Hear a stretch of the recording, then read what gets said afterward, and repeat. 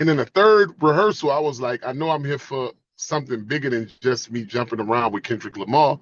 But then I got inspired once we started practicing with Kendrick to use this as a way to bring light to what's going on in the land of Gaza, the oppression of the people, the genocide of the people, the suppression of their rights, the taking away of their liberties. Because at first I was just going to get like Free Gaza written under my eyes and try to get into a camera and have them see it. But then as we continue with practice and I saw all of the flag symbolism that Kendrick had in his performance, I decided to have the Palestinian and the Sudanese flag, because these are both our Muslim brothers and sisters who are suffering great atrocities and great oppression, and display this flag, these flags in front of the president, the other influencers, millionaires, billionaires, and people over the world, when they wouldn't want that. Nobody would think, how could you get past all of these layers of security? Secret Service, FBI, CIA, snipers, all these people that are in attendance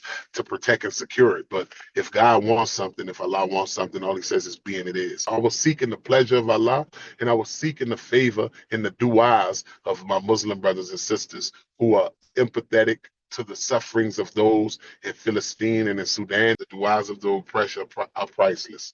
Not worth any NFL ticket, not worth any Super Bowl ticket, not worth of any amount of gold, diamonds, or cash. As we know, Biden's administration gave the green light and supplied the money and the funding and the arms to destroy Gaza. And now it seems like the Trump administration is coming in to play cleanup man. So I pray that God changes his heart and his mind to have empathy and for these humans who are suffering, because I don't want the wrath of God to come upon America. My ancestors that came from Africa built America hundreds of years ago. And as we see already in this early year, all of the different calamities that's happening on our land, from fires in California to plane crashes to terrorist attacks. So I pray for the American people. I pray that God guides Donald Trump, and that he takes the Palestinian and the Gazan into consideration. I was getting merchandise and selling it in New Orleans, and later on in the journey of me buying goods, I found out the person I used to buy the stuff from was from Turkey.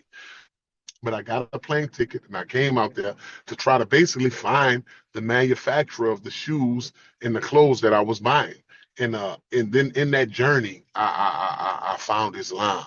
I was walking through the Sultanate area. I walked in the building. Later on, I found it was Sultan Ahmed Jami, the Blue Mosque, and I think it was Ramadan. But I know the mosque was full, and they were making a long, what I know as a dua. I just felt this overwhelming feeling like this is what you were looking for. So Allah answered all of my prayers in one trip. So I have a great love for Turkey and the Turkish people, because they were so helpful, so generous, so loving, so kind, so compassionate.